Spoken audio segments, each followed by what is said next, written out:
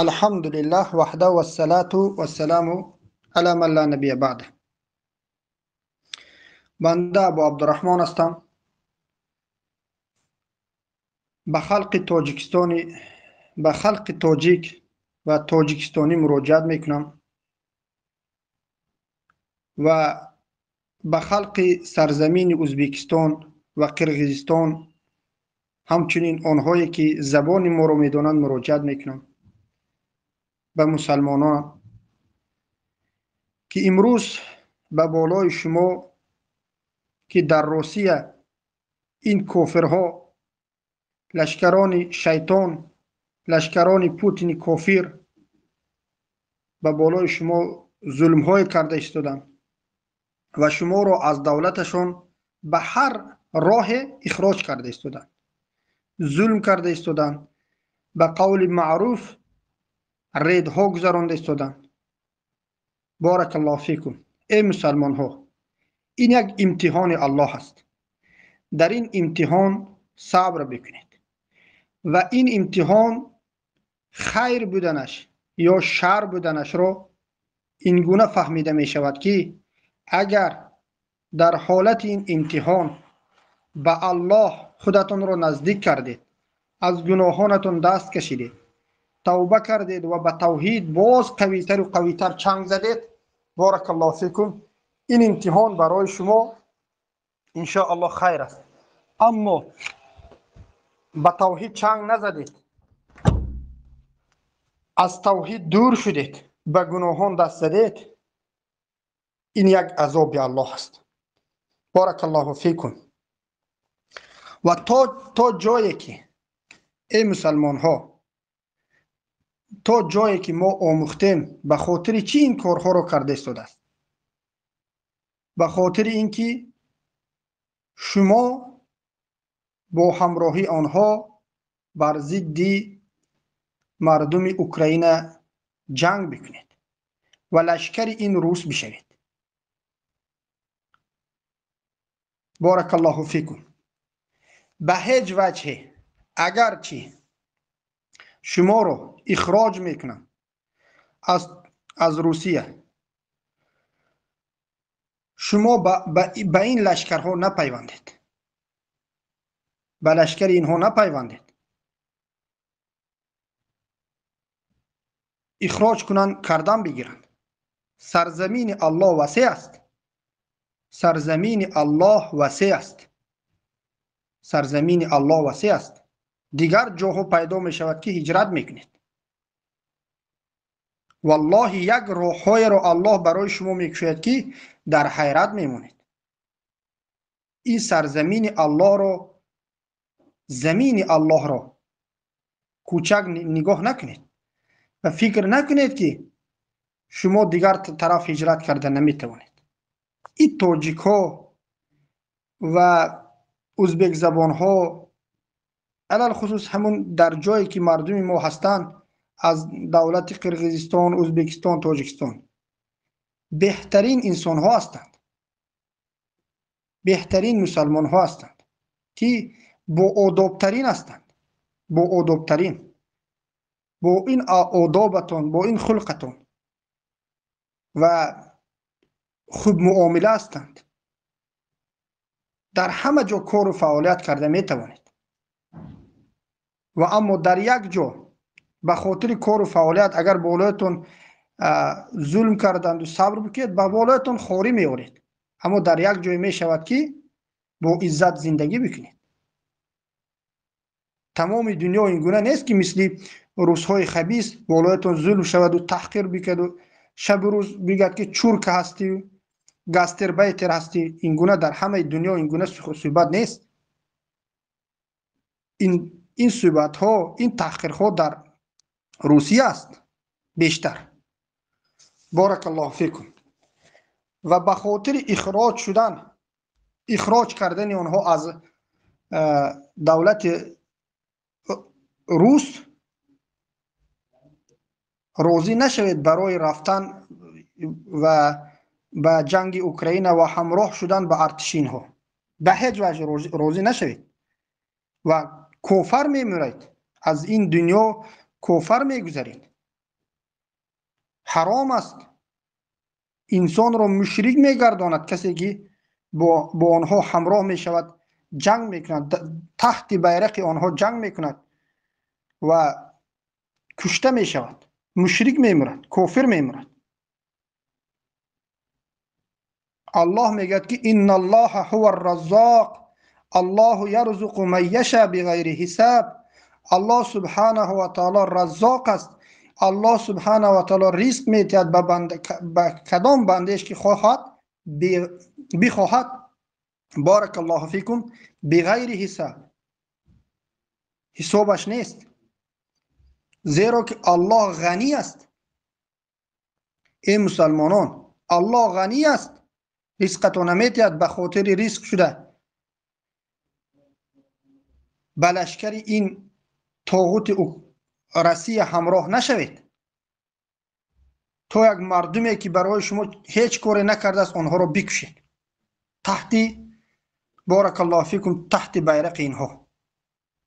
مشرک میمرید.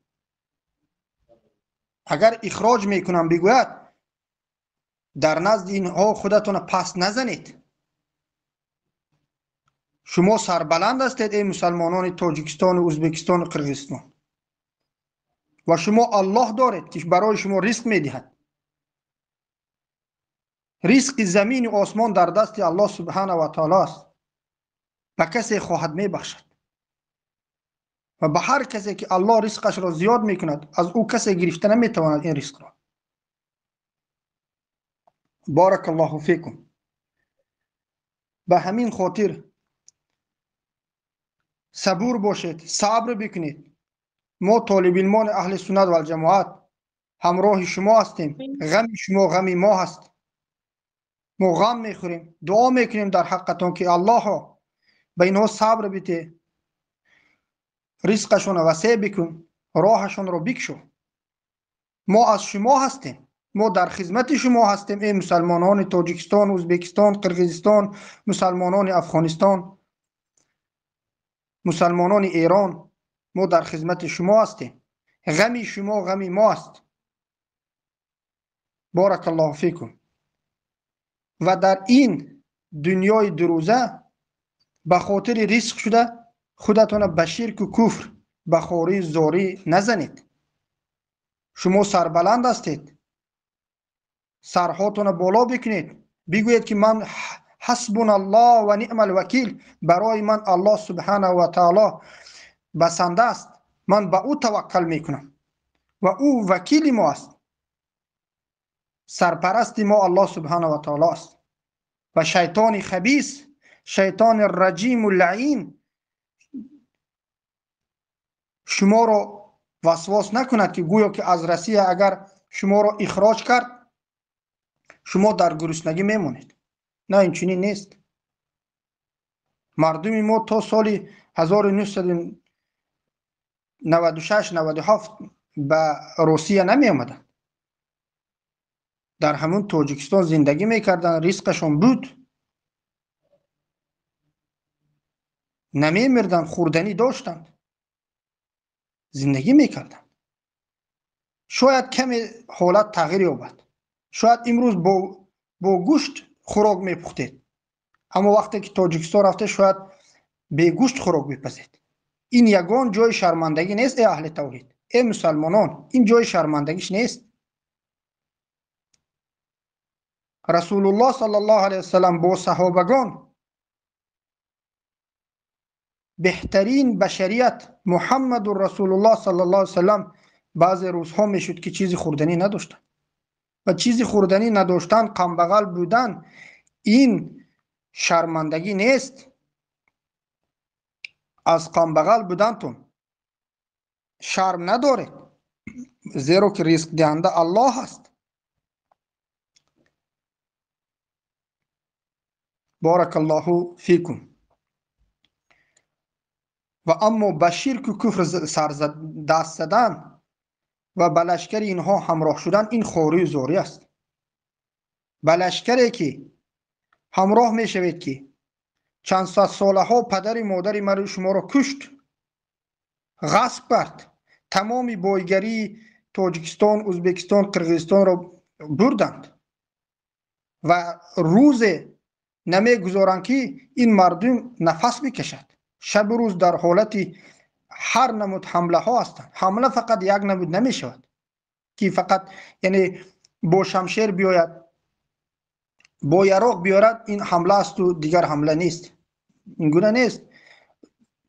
تاجیکستان، ازبکستان، قرقیزستان بایگری های دارد که او را خود تاجیکستان یا که خود ازبکستان به کارکرد کردن اجازت نیست تا اون زمانی که پوتین یا که سیمپینزین یا که دیگرش اجازه بدهد. فهمیده استاده چگونه اینها ظلم ها دارند. استحصال کرده نمیتواند این دولت ها بایگری خودش را به اجازت پوتین و به اجازت سیمپینزین.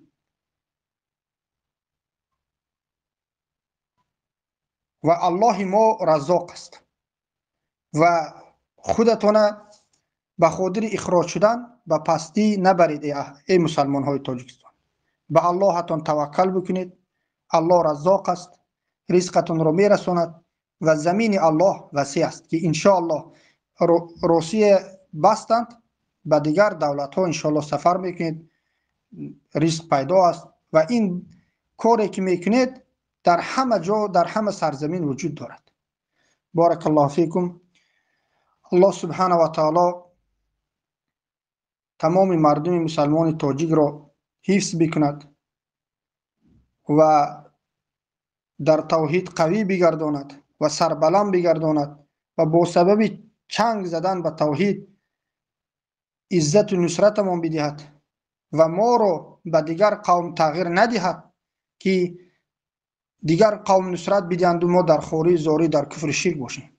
پناه به الله ببریم و برای همین شده به توحید چنگ زدن به کوشا باشید. تمامی حرکتتان بکنید و از شرک و کفر بگریزید و تمام حرکتتان را بکنید که عملهایتان به کفر شرک آلوده نباشد که اگر الله سبحانه و تعالی را به کفر اکبر و به شرک اکبر هر کسی که ملاقات میکرد الله نمیبخشد، ابدی در جهنم باقی میماند. که این دنیای دو روزه، به خاطر این دنیای دو روزه آخرتتان برباد ندهید. سبحانك اللهم وبحمدك اشهد ان لا اله الا انت استغفرك واتوب اليك.